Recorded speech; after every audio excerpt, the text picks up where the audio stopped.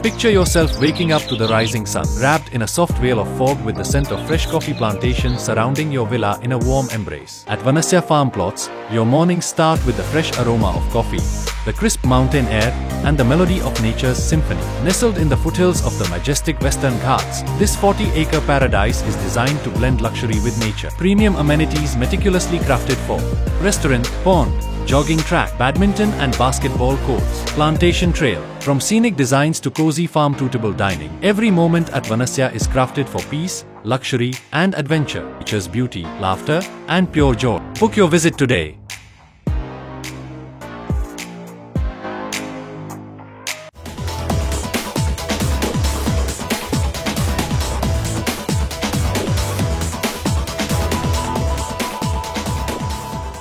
Hi friends, ಇದು mastmaga.com international bulletin ಸುತ್ತು ಜಗತ್ತು. ನಾನು ಅಮರ್ ಪ್ರಸಾದ್. ಪಾಕ್ ಜೊತೆ ಉದ್ವಿಗ್ನತೆ ಇರೋ ಹೊತ್ತಲ್ಲಿ ದೇಶದ ರಕ್ಷಣಾ ಸಚಿವ ರಾಜನಾಥ್ ಸಿಂಗ್ ದೊಡ್ಡ ಹೇಳಿಕೆ ಕೊಟ್ಟಿದ್ದಾರೆ. ಪಾಕ್ ಆಕ್ರಮಿತ ಕಾಶ್ಮೀರವನ್ನ ತಗೊಂಡೇ ತಗೋತೀವಿ, ಆ ದಿನ ಹೆಚ್ಚು ದೂರ ಇಲ್ಲ ಅಂತ ಹೇಳಿದ್ದಾರೆ.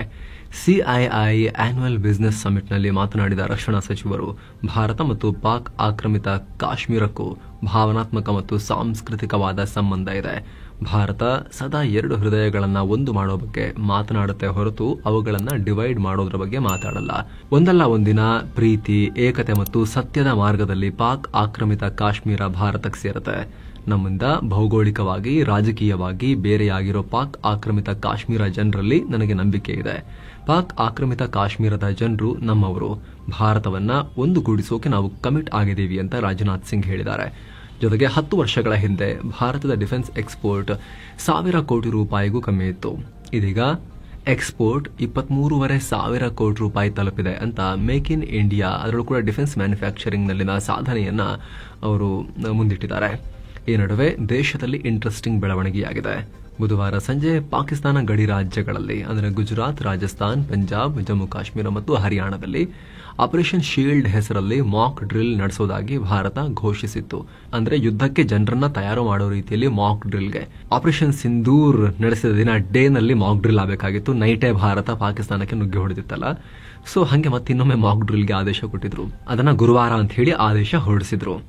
ಪಾಕಿಸ್ತಾನಕ್ಕೂ ಕೂಡ ದಿಗಿಲು ಬಿದ್ದಿತ್ತು, ಮತ್ತೇನು ಮಾಡಕ್ ಹೊರಟಿದ್ದಾರೆ ಅಂತ ಹೇಳಿ. ಈಗ ಸಡನ್ ಆಗಿ ಇಲ್ಲ ಅದು ಪೋಸ್ಟ್ಪೋನ್ ಆಗ್ತಾ ಇದೆ ಅಂತ ಭಾರತ ಹೇಳಿದೆ.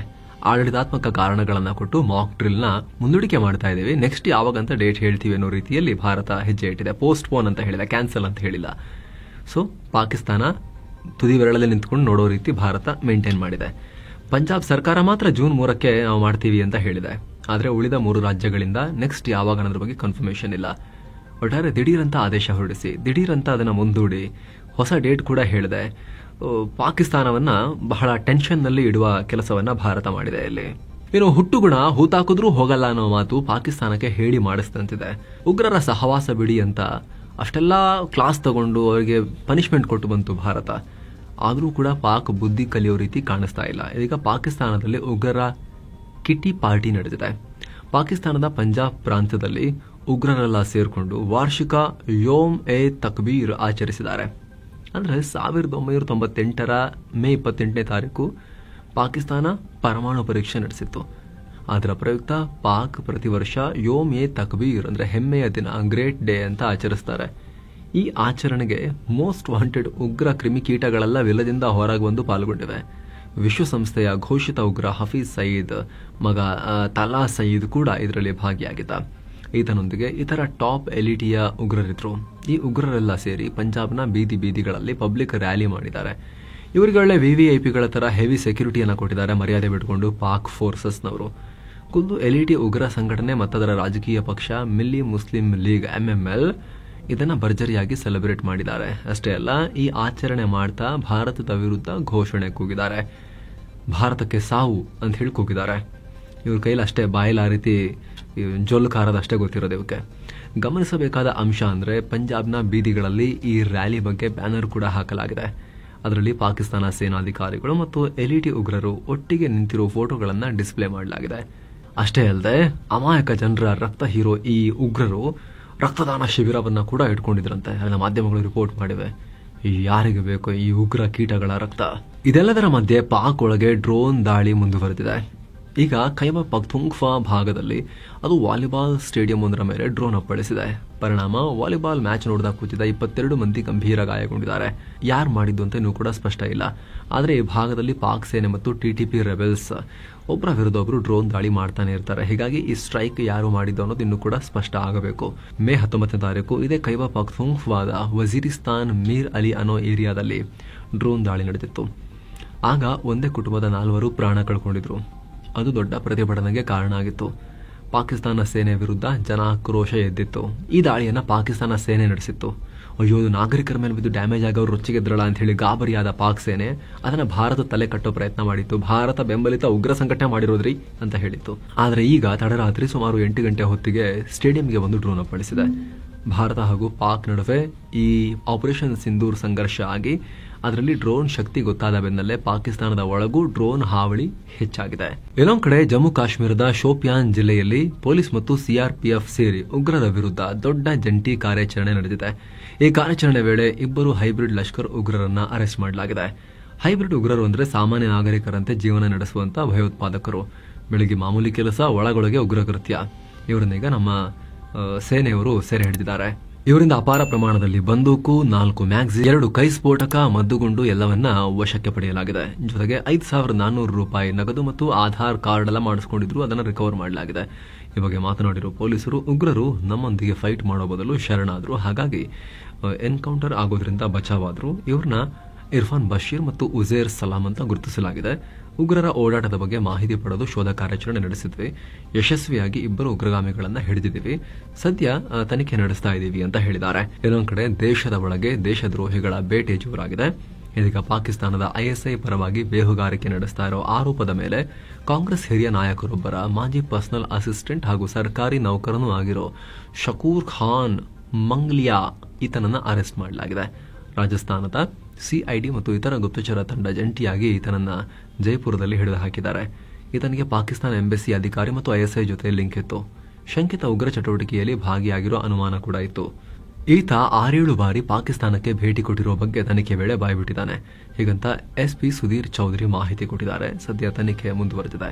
ಅಂದಹಾಗೆ ಈ ಶಾಕೂರ್ ಖಾನ್ ಮಂಗ್ಲಿಯಾ ಈ ಹಿಂದೆ ಕಾಂಗ್ರೆಸ್ ಸರ್ಕಾರದ ಸಚಿವರಾಗಿದ್ದ ಸಾಲೆ ಮಹಮ್ಮದ್ರ ಪರ್ಸನಲ್ ಅಸಿಸ್ಟೆಂಟ್ ಆಗಿ ಕೆಲಸ ಮಾಡ್ತಿದ್ದ. ಇತ್ತೀಚೆಗಷ್ಟೇ ಆಪರೇಷನ್ ಸಿಂಧೂರ್ ವೇಳೆ ಈತ ಜೈಸಲ್ಮೇರ್ ಜಿಲ್ಲಾಡಳಿತದ ಕಂಟ್ರೋಲ್ ರೂಮ್ನಲ್ಲಿ ಡ್ಯೂಟಿಯಲ್ಲಿದ್ದ. ಈಗ ಅನುಮಾನ ಬಂದು ಎಳ್ಕೊಂಡು ಹೋಗಿದ್ದಾರೆ. ಅತ್ತ ಪಂಜಾಬ್ ಗಡಿಯಲ್ಲಿ ಗಡಿ ಭದ್ರತಾ ಪಡೆಗಳು ಡ್ರೋನ್, ನಶಾ ಪದಾರ್ಥ ಮತ್ತು ಬಂದೂಕನ್ನ ವಶಕ್ಕೆ ಪಡೆದಿದ್ದಾರೆ. ಗುಪ್ತಚರ ಮಾಹಿತಿಯ ಆಧಾರದ ಮೇಲೆ ಪಂಜಾಬ್ ಪೊಲೀಸರು ಮತ್ತು ಬಿಎಸ್ಎಫ್ ತಂಡ ಪಂಜಾಬ್ನ ತರನ್ ಜಿಲ್ಲೆಯಲ್ಲಿ ನಡೆಸಿದ ಜಂಟಿ ಕಾರ್ಯಾಚರಣೆಯಲ್ಲಿ ಇವೆಲ್ಲವನ್ನ ಸೀಸ್ ಮಾಡಲಾಗಿದೆ. ಭಾರತ ಹಾಗೂ ಪಾಕಿಸ್ತಾನದ ನಡುವೆ ಉದ್ವಿಗ್ನತೆ ಇರೋ ಹೊತ್ತಲ್ಲಿ ಪೂರ್ವ ಗಡಿಯಲ್ಲೂ ಕೂಡ ಮಹತ್ವದ ಬೆಳವಣಿಗೆಯಾಗಿದೆ. ಭಾರತ ಚೀನಾ ನಡುವಿನ ಎಲ್ಎಸಿ ಗಡಿಯಲ್ಲಿ ಹೊಸದಾಗಿ 72 ಇನ್ಫೆಂಟ್ರಿ ಡಿವಿಷನ್ ನಿಯೋಜನೆ ಮಾಡಲಾಗಿದೆ. ಇತ್ತೀಚೆಗಷ್ಟೇ ಕೇಂದ್ರ ಸರ್ಕಾರ ಇದಕ್ಕೆ ಅಪ್ರೂವಲ್ ಕೊಟ್ಟಿತ್ತು. ಇದನ್ನೀಗ ಜಾರಿಗೆ ತಂದಿದ್ದಾರೆ. ಆದರೆ ಡಿವಿಷನ್ನಲ್ಲಿ ಯಾವುದೇ ಹೊಸದಾಗಿ ಯೋಧರ ನಿಯೋಜನೆ ಆಗಿಲ್ಲ. ಮೊದಲಿಗೆ 2020ರ ಗಲ್ವಾನ್ ಸಂಘರ್ಷದ ಬಳಿಕ ಈ ಪೂರ್ವ ಲಡಾಖ್ನಲ್ಲಿ ನಿಯೋಜನೆಗೊಂಡಿರೋ ಸೇನಾ ಯೂನಿಟ್ಗಳನ್ನೇ ರೀಶಫಲ್ ಮಾಡಿ ಹೊಸ ಡಿವಿಷನ್ ಅಡಿಯಲ್ಲಿ ನಿಯೋಜಿಸಲಾಗಿದೆ. ಇವರೆಲ್ಲ ಪೂರ್ವ ಲಡಾಖ್ಗೆ ಮೂವ್ ಆಗಿದ್ದಾರೆ. ಇವರೊಂದಿಗೆ ಸೇನಾ ಟ್ಯಾಂಕ್ಗಳು ಕೂಡ ಮೂವ್ ಆಗಿವೆ. ಇನ್ಮೇಲೆ ಲೇನಲ್ಲಿರೋ 14th ಕೋರ್ ಮಿಲಿಟರಿ ಅಡಿಯಲ್ಲಿ ಆಪರೇಟ್ ಆಗುತ್ತೆ. ಅಂದಹಾಗೆ ಈ 14th ಕೋರ್ ಎಲ್ಎಸಿ ಮತ್ತು ಎಲ್ಒಸಿ ಗಡಿ ಮೇಲೆ ಹದ್ದಿನ ಕಣ್ಣಿಡೋ ಜವಾಬ್ದಾರಿಯನ್ನ ಹೊಂದಿದೆ. ಏನೋ ಪಾಕ್ ವಿರುದ್ಧ ಅಭಿಯಾನ ಮಾಡೋದರ ಭಾಗವಾಗಿ ಭಾರತದ ಸರ್ವಪಕ್ಷಗಳ ನಿಯೋಗ ಸೌದಿಯನ್ನ ತಲುಪಿದೆ. ಈ ವೇಳೆ ಎಐಎಂಐಎಂ ಮುಖ್ಯಸ್ಥ ಅಸದುದ್ದೀನ್ ಒವೈಸಿ ಪಾಕಿಸ್ತಾನವನ್ನ ಮತ್ತೆ ಜಾಡಿಸಿದ್ದಾರೆ. ಪಾಕ್ ಸೇನಾ ಮುಖ್ಯಸ್ಥ ಆಸಿಮ್ ಮುನೀರ್ ಫೀಲ್ಡ್ ಮಾರ್ಷಲ್ ಪದವಿ ಪಡೆಯುವಾಗ ಮೊಹಮ್ಮದ್ ಎಹ್ಸಾನ್ ಅನ್ನೋ ಉಗ್ರ ಇದ್ದ. ಅವನು ಮುನೀರ್ ಪಕ್ಕದಲ್ಲೇ ಕುಳಿತಿದ್ದ. ಪಾಕಿಸ್ತಾನಕ್ಕೂ ಉಗ್ರವಾದಕ್ಕೂ ಎಂತಹ ಸಂಬಂಧ ಇದೆ, ಅಕ್ರಮ ಸಂಬಂಧ ಅನ್ನೋದಕ್ಕೆ ಇದೇ ಸಾಕ್ಷಿ ಅಂತ ಹೇಳಿದ್ದಾರೆ. ಅಲ್ಲಿದ್ದರ ಫೋಟೋವನ್ನ ಕೂಡ ಓವೈಸಿ ತೋರಿಸಿದ್ದಾರೆ. ಈ ಮೊಹಮ್ಮದ್ ಎಹಸಾನ್ ಅಮೆರಿಕದ ಉಗ್ರರ ಪಟ್ಟಿಯಲ್ಲಿದ್ದು ಭಾರತಕ್ಕೂ ಬೇಕಾಗಿದ್ದಾನೆ. ಇದನ್ನ ಪಕ್ಕದಲ್ಲೇ ಮುನೀರ್ ಕೂತಿದ್ದ ಅಂತ ಓವೈಸಿ ತೋರಿಸಿದ್ದಾರೆ. ಜೊತೆಗೆ ಪಾಕಿಸ್ತಾನವನ್ನ ಎಫ್ಎಟಿಎಫ್ನ ಗ್ರೇ ಲಿಸ್ಟ್ಗೆ ಮರಳಿ ಸೇರಿಸಬೇಕು. ಹೀಗೆ ಮಾಡಿದ್ರೆ ಮಾತ್ರ ಪಾಕ್ ಭಯೋತ್ಪಾದಕ ಸಂಘಟನೆಗಳಿಗೆ ಫಂಡಿಂಗ್ ಮಾಡೋದನ್ನ ಕಂಟ್ರೋಲ್ ಮಾಡಬಹುದು ಅಂತ ಆಗ್ರಹ ಮಾಡಿದ್ದಾರೆ. ಜೊತೆಗೆ ಭಾರತದಲ್ಲಿ ಹಿಂದೂ ಮುಸ್ಲಿಂ ಗಲಭೆಗಳನ್ನು ಸೃಷ್ಟಿಸುವುದು ಪಾಕ್ನ ಉದ್ದೇಶ. ಧರ್ಮದ ಆಧಾರದಲ್ಲಿ ಮತ್ತೆ ದೇಶ ಒಡೆಯೋಕೆ ಪ್ರಯತ್ನ ಪಡ್ತಿದ್ದಾರೆ ಅಂತ ಓವೈಸಿ ಪಾಕಿಸ್ತಾನವನ್ನ ಸರಿಯಾಗಿ ಕ್ಲಾಸ್ ತಗೊಂಡಿದ್ದಾರೆ. ಅತ್ತ ವಿದೇಶಿ ಯಾತ್ರೆ ಮಾಡ್ತಿರೋ ಪಾಕ್ ಪ್ರಧಾನಿ ಶಹಬಾಜ್ ಶರೀಫ್ ಇದೀಗ ಮತ್ತೆ ಅಜರ್ಬೈಜಾನ್ನಲ್ಲಿ ನಿಂತು ಭಾರತ ಪಾಕ್ ಶಾಂತಿ ಮಾತುಕತೆ ಬಗ್ಗೆ ಮಾತನಾಡಿದ್ದಾರೆ. ಕಾಶ್ಮೀರ ವಿವಾದ, ಸಿಂಧೂ ನದಿ ನೀರು ಹಂಚಿಕೆ ಮತ್ತು ಭಯೋತ್ಪಾದನೆ ಬಗ್ಗೆ ಉಭಯ ದೇಶಗಳು ಮಾತನಾಡಿಕೊಂಡು ಸಮಸ್ಯೆ ಬಗೆಹರಿಸಿಕೋಬೇಕು ಅಂತ ಪಾಕಿಸ್ತಾನ, ಟರ್ಕಿ, ಅಜರ್ಬೈಜಾನ್ ತ್ರಿಪಕ್ಷೀಯ ಶೃಂಗಸಭೆಯಲ್ಲಿ ಶಹಬಾಜ್ ಶರೀಫ್ ಹೇಳಿದ್ದಾರೆ. ಈ ಶೃಂಗಸಭೆಯಲ್ಲಿ ಟರ್ಕಿ ಅಧ್ಯಕ್ಷ ರೆಸೆಪ್ ತಯ್ಯಿಪ್ ಎರ್ಡೋಗಾನ್, ಅಜರ್ಬೈಜಾನ್ ಅಧ್ಯಕ್ಷ ಇಲ್ಹಾಮ್ ಅಲಿಯೇವ್ ಭಾಗಿಯಾಗಿದ್ರು. ಇದೇ ವೇಳೆ ಶರೀಫ್ ಮತ್ತೊಂದು ದೊಡ್ಡ ಸುಳ್ಳನ್ನ ಕೂಡ ಹೇಳಿದ್ದಾರೆ. ಇತ್ತೀಚೆಗೆ ಭಾರತದೊಂದಿಗಿನ ಸಂಘರ್ಷದಲ್ಲಿ 4 ರಫೇಲ್ ಫೈಟರ್ ಜೆಟ್ ಸೇರಿ 6 ಭಾರತೀಯ ಯುದ್ಧ ವಿಮಾನಗಳನ್ನು ಹೊಡೆದು ಹಾಕಿದೀವಿ ಅಂತ ಸುಳ್ಳು ಹೇಳ್ಕೊಂಡು ಅದು ಏನ್ ಖುಷಿ ಸಿಗುತ್ತೋ ಇವರಿಗೆಲ್ಲ. ಮಹಾನ್ ಸುಳ್ಳುಗಾರರು, ನಾಚಿಕೆ ಮಾನ ಮರ್ಯಾದೆ ಏನೂ ಇಲ್ಲ. ಪಾಕಿಸ್ತಾನದ ಏರ್ ಬೇಸ್ಗಳು ಸೇರಿ 11 ನೆಲೆಗಳು ಧ್ವಂಸ ಆಗಿವೆ. ರನ್ವೇಗಳಲ್ಲೆಲ್ಲ ದೊಡ್ಡ ದೊಡ್ಡ ಉಲ್ಕಾಪಾತ ಆದಂಗೆ ಗುಂಡಿ ಬಿದ್ದಿದ್ದಾವೆ. ರನ್ವೇಯನ್ನ ಜೂನ್ ವರೆಗೂ ಶಟ್ ಡೌನ್ ಮಾಡಿಟ್ಕೊಂಡು ಕೂತ್ಕೊಂಡಿದ್ದಾರೆ ಇಂಪಾರ್ಟೆಂಟ್ ಏರ್ ಬೇಸ್ಗಳಲ್ಲೆಲ್ಲ. ಅದ್ರ ಬಗ್ಗೆ ಮಾತಾಡೋಕೆ ಮಾನ ಮರ್ಯಾದೆನೂ ಇಲ್ಲ ಇವರಿಗೆ, ಧೈರ್ಯನೂ ಇಲ್ಲ ಅದ್ರ ಬಗ್ಗೆ ಮಾತಾಡೋಕೆ. ಅದು ಬಿಟ್ಟು ಸುಮ್ಮನೆ ಹಂಗೆ ಮಾಡಿದ್ವಿ ಹಿಂಗೆ ಮಾಡಿದ್ವಿ ಗೆದ್ದಿದ್ದೀವಿ ಅಂತ ಸುಳ್ಳು ಹೇಳ್ಕೊಂಡು ಓಡಾಡ್ತಿದ್ದಾರೆ. ಏನೋ ಪಹಲ್ಗಾಮ್ ಉಗ್ರ ದಾಳಿಗೆ ಪಾಕ್ ಸೇನಾ ಮುಖ್ಯಸ್ಥ ಜನರಲ್ ಅಸೀಂ ಮುನೀರೇ ಮಾಸ್ಟರ್ ಮೈಂಡ್ ಅಂತ ಪಾಕ್ ಸೇನೆಯ ಮಾಜಿ ಮೇಜರ್ ಆದಿಲ್ ರಾಜಾ ಹೇಳಿಕೆಯನ್ನ ಕೊಟ್ಟಿದ್ದಾರೆ. ಅಲ್ಲದೆ ಈ ದಾಳಿಯನ್ನ ಪಾಕ್ನ ISI ಚೀಫ್ ಮೇಲ್ವಿಚಾರಣೆ ಮಾಡ್ತಾ ಇದ್ದ ಅಂತ ಕೂಡ ಹೇಳಿದ್ದಾರೆ. ಈ ಯೋಜನೆಯನ್ನ ಅಸೀಂ ಮುನೀರ್ ರೂಪಿಸಿದ್ದಾರೆ. ಭಾರತದ ವಿರುದ್ಧ ಪದೇ ಪದೇ ವೈಫಲ್ಯ ಕಂಡು ಮುನೀರ್ ಹತಾಶೆಗೊಳಗಾಗಿ ಸೇನೆಯಲ್ಲಿ ತನ್ನ ಸ್ಥಾನವನ್ನ ಭದ್ರಪಡಿಸೋಕೆ ಈ ಕಾರ್ಯಾಚರಣೆ ಮಾಡಿಸಿದ್ದಾನೆ ಅಂತ ಆದಿಲ್ ರಾಜಾ ಹೇಳಿದ್ದಾರೆ. ಏನೋ ಈ ಮುನೀರ್ ಜೊತೆ ಪಾಕ್ ಸೇನೆಯ ಟಾಪ್ ಅಧಿಕಾರಿಗಳಾದ DGISI ಮೊಹಮ್ಮದ್ ಆಸಿಮ್ ಮಲ್ಲಿಕ್, ಮೊಹಮ್ಮದ್ ಶಬಾಮ್ ಅಸ್ಲಾಂ ಕೂಡ ದೊಡ್ಡ ಪಾತ್ರ ನಿಭಾಯಿಸಿದ್ದಾರೆ. ಈ ಶಹಾಬ್ ಅಸ್ಲಾಂ ಪಹಲ್ಗಾಮ್ ದಾಳಿಯ ಉಗ್ರರೊಂದಿಗೆ ನೇರ ಕಾಂಟ್ಯಾಕ್ಟ್ ನಲ್ಲಿದ್ದ ವ್ಯಕ್ತಿ. ಇವರೆಲ್ಲ ಸೇರ್ಕೊಂಡು ಇದನ್ನು ಮಾಡಿದ್ದಾರೆ ಅಂತ ಪಾಕಿಸ್ತಾನದಿಂದ ಹೊರಗಿರೋ ಪಾಕಿಸ್ತಾನ ಸೇನೆಯ ಮಾಜಿ ಅಧಿಕಾರಿ, ಮೇಜರ್ ಆಗಿದ್ದಂತ ಅಧಿಕಾರಿ ಆದಿಲ್ ರಾಜಾ ಹೇಳಿಕೆಯನ್ನು ಕೊಟ್ಟಿದ್ದಾರೆ. ಮತ್ತೊಂದು ಕಡೆ ಅಮೆರಿಕ ಅಧ್ಯಕ್ಷ ಟ್ರಂಪ್ ರೆಸಿಪ್ರೋಕಲ್ ಟ್ಯಾರಿಫ್ ವಿರುದ್ಧ ಅಮೆರಿಕದ ಟ್ರೇಡ್ ಕೋರ್ಟ್ ಕಿಡಿಕಾರಿದೆ. ಟ್ರಂಪ್ ವಿಧಿಸಿರೋ ಟ್ಯಾರಿಫ್ಗಳನ್ನ ಬ್ಲಾಕ್ ಮಾಡಿದೆ. ಈ ಟ್ಯಾರಿಫ್ ಅಕ್ರಮ. ಟ್ರಂಪ್ ಅಧಿಕಾರ ಮೀರಿ ವರ್ತಿಸ್ತಾ ಇದ್ದಾರೆ. ಅಮೆರಿಕದ ಟ್ರೇಡಿಂಗ್ ಪಾರ್ಟ್ನರ್ಸ್ ಮೇಲೆ ಈ ರೀತಿ ಟ್ಯಾರಿಫ್ ಹೇರೋಕೆ ಟ್ರಂಪ್ಗೆ ಅಧಿಕಾರ ಇಲ್ಲ. ಈ ಬಗ್ಗೆ ಕಾನೂನು ರಚಿಸೋ ಅಧಿಕಾರ ಕೇವಲ ಅಮೆರಿಕದ ಕಾಂಗ್ರೆಸ್ಗೆ ಮಾತ್ರ ಇರೋದು. ಕಾಂಗ್ರೆಸ್ ಒಪ್ಪಿಗೆ ಇಲ್ಲದೆ ಅಧ್ಯಕ್ಷರು ಈ ನಿರ್ಧಾರ ಮಾಡಕ್ಕಾಗಲ್ಲ ಅಂತ ಕೋರ್ಟ್ ಹೇಳಿದೆ. ಇದಕ್ಕೆ ವಾದವನ್ನ ಮುಂದಿಟ್ಟ ಟ್ರಂಪ್ ಆಡಳಿತ ಇದಕ್ಕೂ ಪಾಕಿಸ್ತಾನ ಮತ್ತು ಭಾರತದ ಹೆಸರನ್ನ ತಗೊಂಡು ಹೋಗಿದೆ. ತುಂಬಾ ಇಂಪಾರ್ಟೆಂಟ್ ರೀ ಟ್ಯಾರಿಫ್. ಹಿಂಗೆಲ್ಲ ಮಾಡಿದ್ರೆ ಕಷ್ಟ ಆಗುತ್ತೆ ಗೊತ್ತಾ. ನಾವು ಭಾರತ ಪಾಕ್ ನಡುವೆ ಕದನ ವಿರಾಮ ಮಾಡಿಸಿದೆ ಟ್ಯಾರಿಫ್ ಬಗ್ಗೆ ಹೆದರಿಸ್ಬಿಟ್ಟು. ಈಗ ಮತ್ತೆ ಅವರು ಯುದ್ಧ ಮಾಡೋಕೆ ಶುರು ಮಾಡಬಹುದು. ಹಂಗೆಲ್ಲ ಮಾಡಬೇಡಿ, ಬ್ಯಾನ್ ಮಾಡಿಬಿಡಿ ಟ್ಯಾರಿಫ್ನ ಅಂತ ನಾಟಕ ಮಾಡಿದ್ದಾರೆ ಟ್ರಂಪ್ ಅಡ್ಮಿನಿಸ್ಟ್ರೇಷನ್ ಅವರು ಕೋರ್ಟ್ ಹತ್ರ. ಆದರೂ ಕೂಡ ಕೋರ್ಟ್ ಇದನ್ನ ಇಲ್ಲಿಗಲ್ ಅಂತ ಹೇಳಿದೆ ಈ ಟ್ಯಾರಿಫ್ ಅನ್ನ. ಇದಕ್ಕೆ ಸಂಬಂಧಪಟ್ಟಂತೆ ವಿಶೇಷ ವರದಿ ಅತಿ ಶೀಘ್ರದಲ್ಲಿ ನಿಮ್ಮ ಮುಂದೆ ಬರ್ತಾ ಇದೆ. ಅದನ್ನ ಮಿಸ್ ಮಾಡದೆ ನೋಡಿ ಸ್ನೇಹಿತರೆ. ಇನ್ನು ಪಾಕ್ನಲ್ಲಿ ಅಲ್ಲಿನ ಅಲ್ಪಸಂಖ್ಯಾತರಾಗಿರೋ ಹಿಂದೂಗಳ ಪರಿಸ್ಥಿತಿ ಇನ್ನಷ್ಟು ಶೋಚನೀಯ ಆಗ್ತಾ ಇದೆ. ಈಗ 1.5% ಇಳಿದು ಹೋಗಿದೆ ಅವರ ಸಂಖ್ಯೆಯಲ್ಲಿ. 1.5% ಈಗ ಇನ್ನಷ್ಟು ಶೋಚನೀಯ ಆಗ್ತಾ ಇದೆ. ವಿವಾಹಿತ ಹಿಂದೂ ಮಹಿಳೆಯನ್ನ ಅಪಹರಿಸಿ ಮತಾಂತರಿಸಿ ಮುಸ್ಲಿಂ ಯುವಕನೊಂದಿಗೆ ಮದುವೆ ಮಾಡಲಾಗಿದೆ ಹೀಗಂತ ಮಹಿಳೆ ಕುಟುಂಬ ಹೇಳಿದೆ. ಪಾಕ್ನ ಸಿಂಧ್ ಪ್ರಾಂತ್ಯದಲ್ಲಿ ಈ ಘಟನೆಯಾಗಿದೆ. ಹೀಗಾಗಿ ಸದ್ಯ ಆ ಮಹಿಳೆಯ ಪತಿ ಮತ್ತು 4 ಮಕ್ಕಳು ಹೋಗಿ ದೂರು ಕೊಟ್ಟು ನ್ಯಾಯ ಕೇಳ್ತಾ ಇದ್ದಾರೆ. ಏನೋ ಭಾರತ ಹೆಚ್ಚುವರಿ S-400 ಖರೀದಿಗೆ ಮುಂದಾಗಿದೆ ಅನ್ನೋದ್ರ ಬಗ್ಗೆ ನಿಮಗೆ ಮಾಹಿತಿ ಕೊಟ್ಟಿದ್ವಲ್ಲ, ಇದಕ್ಕೆ ಕ್ಲಾರಿಟಿ ಸಿಕ್ಕಿದೆ. ಭಾರತದಲ್ಲಿರೋ ರಷ್ಯಾ ರಾಯಭಾರಿ ಡೆನಿಸ್ ಅಲಿಪೋವ್ ಮಾತನಾಡಿದ್ದಾರೆ. ಹೆಚ್ಚುವರಿ S-400 ಏರ್ ಡಿಫೆನ್ಸ್ ಸಿಸ್ಟಮ್ಸ್ ಖರೀದಿಗೆ ಭಾರತ ರಷ್ಯಾ ಜೊತೆ ಮಾತುಕತೆ ನಡೀತಾ ಇದೆ. ಆದರೆ ಮಾತುಕತೆ ಯಾವ ಹಂತದಲ್ಲಿ ಇದೆ ಅಂತ ಇನ್ನು ಸ್ಪಷ್ಟ ಇಲ್ಲ ಅಂತ ಹೇಳಿದ್ದಾರೆ. ಅಲ್ಲದೆ 2 ರಾಷ್ಟ್ರಗಳು ತಮ್ಮ ಸ್ಟ್ರಾಟಜಿಕ್ ಪಾರ್ಟ್ನರ್ಶಿಪ್ ಅನ್ನ ಸ್ಟ್ರಾಂಗ್ ಮಾಡ್ತಿವೆ ಅಂತ ಹೇಳಿದ್ದಾರೆ. ಇನ್ನು ಸಾಕಷ್ಟು ಪ್ರತಿಭಟನೆಗಳ ಬಳಿಕ ಬಾಂಗ್ಲಾದ ಸೋಕಾಲ್ಡ್ ಮಧ್ಯಂತರ ಸರ್ಕಾರ ಯೂನುಸ್ರ ಗ್ಯಾಂಗ್ ಬಾಂಗ್ಲಾ ಚುನಾವಣೆಗೆ ಟೈಮ್ ಹೇಳಿದೆ. ಈಗ ಮುಂದಿನ ಡಿಸೆಂಬರ್ನಿಂದ 2026 ಜೂನ್ ಒಳಗಡೆ ಬಾಂಗ್ಲಾದಲ್ಲಿ ಚುನಾವಣೆ ನಡೆಸೋದಾಗಿ ಘೋಷಿಸಿದ್ದಾರೆ. ಸೇನೆ ಮುಖ್ಯಸ್ಥರು ಏನ್ ಹೇಳಿದ್ರು, 2026 ಜನವರಿ 1ಕ್ಕೆ ಹೊಸ ಸರ್ಕಾರ ಬಂದಿರಬೇಕು ಅಂತ ಹೇಳಿದ್ರು. ಇವರು ಈ ವರ್ಷದ ಡಿಸೆಂಬರ್ ಮತ್ತು ಮುಂದಿನ ವರ್ಷದ ಜೂನ್ ಅಂದ್ರೆ ಅರ್ಧ ವರ್ಷದ ಸ್ಪ್ರೆಡ್ ಅನ್ನ ಇಟ್ಕೊಂಡಿದ್ದಾರೆ. ಆ ಒಂದು ಅವಧಿಯನ್ನ ಇಟ್ಕೊಂಡಿದ್ದಾರೆ ಸೇಫ್ಟಿಗಿರ್ಲಿ ಅಂತ ಹೇಳಿ. ತಳ್ಳಿದ್ರೆ ಅಲ್ಲಿವರೆಗೂ ತಳ್ಳೋಣ ಅಂತಾನೆ. ಮೊಹಮ್ಮದ್ ಯೂನುಸ್ ಜಪಾನ್ಗೆ ಹೋಗಿತ್ತು. ಅಲ್ಲಿ ಮಾತನಾಡ್ತಿರ್ಬೇಕಾದ್ರೆ ಈ ಘೋಷಣೆಯನ್ನ ಮಾಡಿದ ಯೂನುಸ್. ಬಾಂಗ್ಲಾ ಮಾಜಿ ಪ್ರಧಾನಿ ಖಲೀದಾ ಜಿಯಾರ ಬಾಂಗ್ಲಾದೇಶ್ ನ್ಯಾಷನಲ್ ಪಾರ್ಟಿ ರಾಜಧಾನಿ ಢಾಕಾದಲ್ಲಿ ಭಾರೀ ಪ್ರತಿಭಟನೆ ಮಾಡಿತ್ತು. ಇದಾದ ಬೆನ್ನಲ್ಲೇ ಯೂನುಸ್ ಚುನಾವಣೆಗೆ ಈ ಟೈಮ್ ಫ್ರೇಮ್ ಅನ್ನ ಹೇಳಿದ್ದಾರೆ. ಆದರೆ ಸೇನೆ ಹೇಳಿರೋದು ಜನವರಿ 1ಕ್ಕೆ ಹೊಸ ಸರ್ಕಾರ ಬಂದಿರಬೇಕು ಅಂತ. ಅವ್ರ ಕಡೆಯಿಂದ ಈಗ ಜೂನ್ ತನಕನೂ ಇವರು ಟೈಮ್ ಕೇಳಿರೋದಕ್ಕೆ ಡಿಸೆಂಬರ್ನಿಂದ ನೆಕ್ಸ್ಟ್ ಜೂನ್ ವರೆಗೂ ಅಂತ ಹೇಳಿರೋದ್ರಿಂದ ಅದಕ್ಕೆ ಏನ್ ಹೇಳ್ತಾರ ಸೇನೆಯವರು ಅಂತ ನೋಡ್ಬೇಕು. ಅದೆಲ್ಲ ಬೇಡ, ಜನವರಿ 1ಕ್ಕೆ ಹೊಸ ಸರ್ಕಾರ ಬರಬೇಕು ಅಷ್ಟೇ ಅಂತ ಹೇಳ್ತಾರ. ಆ ಸಾಧ್ಯತೆ ಇದೆ, ನೋಡೋಣ ಏನಾಗುತ್ತೆ ಅಂತ. ಏನೋ ಚೀನಾದ ಕಳಪೆ ಗುಣಮಟ್ಟದ ವಸ್ತುಗಳ ಬಗ್ಗೆ ಮಯನ್ಮಾರ್ ಕೂಡ ಅಸಮಾಧಾನ ವ್ಯಕ್ತಪಡಿಸಿದೆ. ಕಳಪೆ ಕ್ವಾಲಿಟಿಯ ಕನ್ಸ್ಟ್ರಕ್ಷನ್ ವಸ್ತುಗಳನ್ನ ಸಪ್ಲೈ ಮಾಡಿರೋದಕ್ಕೆ ಬೇಸರ ವ್ಯಕ್ತಪಡಿಸಿದೆ. ಆ ವಸ್ತುಗಳಿಗಾಗಿ ಭಾರತದ ಕಡೆಗೆ ಮುಖ ಮಾಡ್ತಿದ್ದಾರೆ. ಮಯನ್ಮಾರ್ನಲ್ಲಿ ಭೂಕಂಪ ಆದಾಗ ದೊಡ್ಡ ಪ್ರಮಾಣದಲ್ಲಿ ಡ್ಯಾಮೇಜಸ್ ಆಗಿತ್ತು, ಉದುರು ಬಿದ್ದೋಗಿದ್ವು ಬಿಲ್ಡಿಂಗ್ಸ್. ಇದಕ್ಕೆ ಚೀನಾ ಸಪ್ಲೈ ಮಾಡಿದ್ದ ಕಳಪೆ ಗುಣಮಟ್ಟದ ಸಿಮೆಂಟ್ ಹಾಗೂ ಇತರ ಕಚ್ಚಾ ವಸ್ತುಗಳು ಕಾರಣ ಅಂತ ಆರೋಪ ಬಂದಿತ್ತು. ಸದ್ಯ ಈ ಕಟ್ಟಡಗಳನ್ನ ಮರು ನಿರ್ಮಾಣ ಮಾಡೋಕೆ ಮಿಲಿಟರಿ ಹುಂತಾ ಸರ್ಕಾರ ಮುಂದಾಗಿದ್ದು, ಚೀನಾ ವಸ್ತುಗಳ ಬದಲಿಗೆ ಭಾರತೀಯ ವಸ್ತುಗಳನ್ನು ತರಿಸಿಕೊಳ್ಳೋಕೆ ಪ್ಲಾನ್ ಮಾಡಿದ್ದಾರೆ. ಭಾರತ ಸರ್ಕಾರವನ್ನ ಸಂಪರ್ಕಿಸಿದ್ದಾರೆ ಅಂತ ರಿಪೋರ್ಟ್ ಆಗ್ತಾ ಇದೆ. ಏನೋ ದಕ್ಷಿಣ ಚೀನಾ ಸಮುದ್ರದಲ್ಲಿ ಚೀನಾದ ಉಪಟಳ ಮತ್ತೊಂದು ಹಂತಕ್ಕೆ ತಲುಪಿದೆ. ಈಗ ವಿವಾದಿತ ಪ್ಯಾರಾಸೆಲ್ ದ್ವೀಪದಲ್ಲಿ China advanced long range H-6 ಬಾಂಬರ್ನ ನಿಯೋಜನೆ ಮಾಡಿದೆ. 2 ಬಾಂಬರ್ ಇಟ್ಟಿರುವುದು ಸ್ಯಾಟಲೈಟ್ ಇಮೇಜಸ್ನಿಂದ ಗೊತ್ತಾಗಿದೆ. ಇದರ ಜೊತೆಗೆ ಈ ದ್ವೀಪದಲ್ಲಿ 2 Y-20 ಟ್ರಾನ್ಸ್ಪೋರ್ಟ್ ವಿಮಾನ ಮತ್ತು KJ-500 ಅರ್ಲಿ ವಾರ್ನಿಂಗ್ ವಿಮಾನವನ್ನ ಕೂಡ ಇಟ್ಟಿದೆ. H-6 ಬಾಂಬರ್ ಒಂದೇ ಬಾರಿಗೆ 6,000 kg ತೂಕವನ್ನ ಹೊತ್ಕೊಂಡು ಹೋಗೋ ಸಾಮರ್ಥ್ಯ ಹೊಂದಿದೆ. 3,500 ಕಿಲೋಮೀಟರ್ ಕಾಂಬ್ಯಾಟ್ ರೇಂಜ್ ನ ಹೊಂದಿದೆ. ಹಾಗೆ ಈ ಪ್ಯಾರಾಸೆಲ್ ಐಲ್ಯಾಂಡ್ ವಿಚಾರವಾಗಿ ಚೀನಾ ಮತ್ತು ವಿಯೆಟ್ನಾಂ ನಡುವೆ ವಿವಾದ ಇದೆ. ಆದರೆ ಸದ್ಯ ಇದು ಚೀನಾದ ಕಂಟ್ರೋಲ್ನಲ್ಲೇ ಇದೆ. ಈಗ ಇಲ್ಲೇ ಈ ಬೃಹತ್ ಸೇನಾ ವಿಮಾನವನ್ನ ತಗೊಂಡ್ಬಂದಿಟ್ಟಿದ್ದಾರೆ. ಇಸ್ರೇಲ್ ಹೂತಿ ಬಂಡುಕೋರರ ಕಂಟ್ರೋಲ್ನಲ್ಲಿರೋ ಸನಾ ಏರ್ಪೋರ್ಟ್ ಮೇಲೆ ಏರ್ ಸ್ಟ್ರೈಕ್ ನಡೆಸಿದೆ. ಈ ದಾಳಿ ವೇಳೆ ಉಗ್ರ ನೆಲೆಗಳನ್ನ ಮತ್ತು ಸನಾ ಏರ್ಪೋರ್ಟ್ನಲ್ಲಿದ್ದ ವಿಮಾನವನ್ನ ನಾಶ ಮಾಡಿದೀವಿ ಅಂತ ಇಸ್ರೇಲಿ ಸೇನೆ ಹೇಳಿದೆ. ಹೂತಿಗಳು ಇತ್ತೀಚೆಗೆ ಇಸ್ರೇಲ್ ಮೇಲೆ 2 ಪ್ರೊಜೆಕ್ಟೈಲ್ನ ಹಾರಿಸಿದ್ರು. ಇದಕ್ಕೆ ಪ್ರತಿಯಾಗಿ ಈ ದಾಳಿ ಮಾಡಲಾಗಿದೆ. ಯಾರೇ ಆದ್ರೂ ಕೂಡ ನಮ್ಮ ಮೇಲೆ ದಾಳಿ ಮಾಡಿದ್ರೆ ಭಾರಿ ಬೆಲೆ ತೆರಬೇಕಾಗತ್ತೆ ಅಂತ ಇಸ್ರೇಲ್ ರಕ್ಷಣಾ ಸಚಿವ ಇಸ್ರೇಲ್ ಕಾರ್ಡ್ಸ್ ಹೇಳಿದ್ದಾರೆ.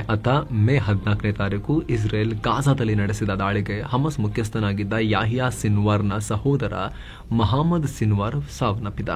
ಇದನ್ನ ಇಸ್ರೇಲ್ PM ಕೂಡ ಕನ್ಫರ್ಮ್ ಮಾಡಿದ್ದಾರೆ, ನೆತನ್ಯಾಹು. ಈಗ 2023 ಅಕ್ಟೋಬರ್ 7ನೇ ತಾರೀಕು ಇಸ್ರೇಲ್ ಮೇಲೆ ನಡೆದ ದಾಳಿಯ ಮಾಸ್ಟರ್ ಮೈಂಡ್ ಆಗಿದ್ದ ಅಂತ ನೆತನ್ಯಾಹು ಹೇಳಿದ್ದಾರೆ. ಮತ್ತೊಂದು ಕಡೆ ಗಾಜಾದಲ್ಲಿ ಆಹಾರ ಸಂಗ್ರಹಿಸಿಟ್ಟಿದ್ದ ವೇರ್ ಹೌಸ್ ಮೇಲೆ ದೊಡ್ಡ ಪ್ರಮಾಣದ ಜನ ಏಕಾಏಕಿ ನುಗ್ಗಿದ್ರು. ಈ ವೇಳೆ 4 ಜನ ಪ್ರಾಣ ಕಳ್ಕೊಂಡಿದ್ದಾರೆ, ನೂಕುನುಗ್ಗಲು ಕಾಲ್ತುಳಿತ ಉಂಟಾಗಿ. ಏನೋ ಟ್ರಂಪ್ ಸರ್ಕಾರದ ವೀಸಾ ಆಟ ಮುಂದುವರೆದಿದೆ. ಅಮೆರಿಕ ವಿದೇಶಿ ಪ್ರಜೆಗಳಿಗೆ ಹೊಸ ವೀಸಾ ನಿರ್ಬಂಧಗಳನ್ನು ಹಾಕೋಕೆ ನೋಡ್ತಾ ಇದೆ. ಅಮೆರಿಕದ ಹೊರಗೆ ಅಮೆರಿಕದ ಪ್ರಜೆಗಳ ವಾಕ್ ಸ್ವಾತಂತ್ರ್ಯಕ್ಕೆ ಅಡ್ಡಿಪಡಿಸೋರಿಗೆ ನಿರ್ಬಂಧಗಳನ್ನ ಹಾಕ್ತಾರಂತೆ. ಈ ಹೊಸ ನಿಯಮ ವಿದೇಶಿ ಅಧಿಕಾರಿಗಳು ಮತ್ತು ಪ್ರಜೆಗಳಿಬ್ಬರಿಗೂ ಅನ್ವಯ ಆಗುತ್ತೆ ಅಂತ ಅಮೆರಿಕದ secretary of state Marco Rubio ಹೇಳಿದ್ದಾರೆ. ಆದರೆ ವೀಸಾ ಅನರ್ಹತೆಗೆ ಯಾವ ಸಾಕ್ಷಿಗಳನ್ನ ಪರಿಗಣಿಸಲಾಗುತ್ತೆ, ಹೇಗೆ ಇಂಪ್ಲಿಮೆಂಟ್ ಮಾಡಲಾಗುತ್ತೆ ಅನ್ನೋದರ ಮಾಹಿತಿಯನ್ನ ಇನ್ನು ಅಮೆರಿಕ ಬಹಿರಂಗಪಡಿಸಿಲ್ಲ. ಅಮೆರಿಕ ಚೀನಾದ ವಿದ್ಯಾರ್ಥಿಗಳ ವೀಸಾ ಕ್ಯಾನ್ಸಲ್ ಮಾಡೋಕೆ ಶುರು ಮಾಡುತ್ತೆ ಅಂತ ರೂಬಿಯೋ ಹೇಳಿದ್ದಾರೆ.